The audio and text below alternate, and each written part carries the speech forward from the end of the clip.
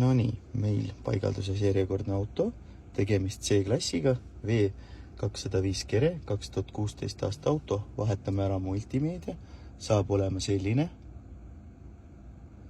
Lisaks paigaldame siis tagurduskaamera, mis läheb käepideme sisse, näeb välja nagu originaal. Paigaldame ära ja vaatame, mis tulemuse saame. Nii, saime ka siis selle multimeedia paika. Ekraani suuruseks 12,3 tolli.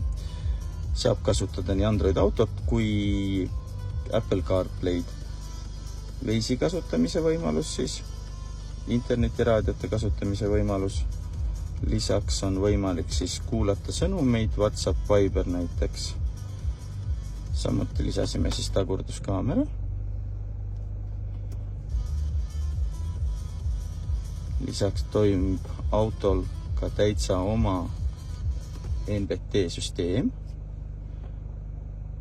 Nii et üks hea kaasaegne multimeedia keskus autosse lisatud, kellel huvi pöörduge, et leiame lahenduse ka teie autole.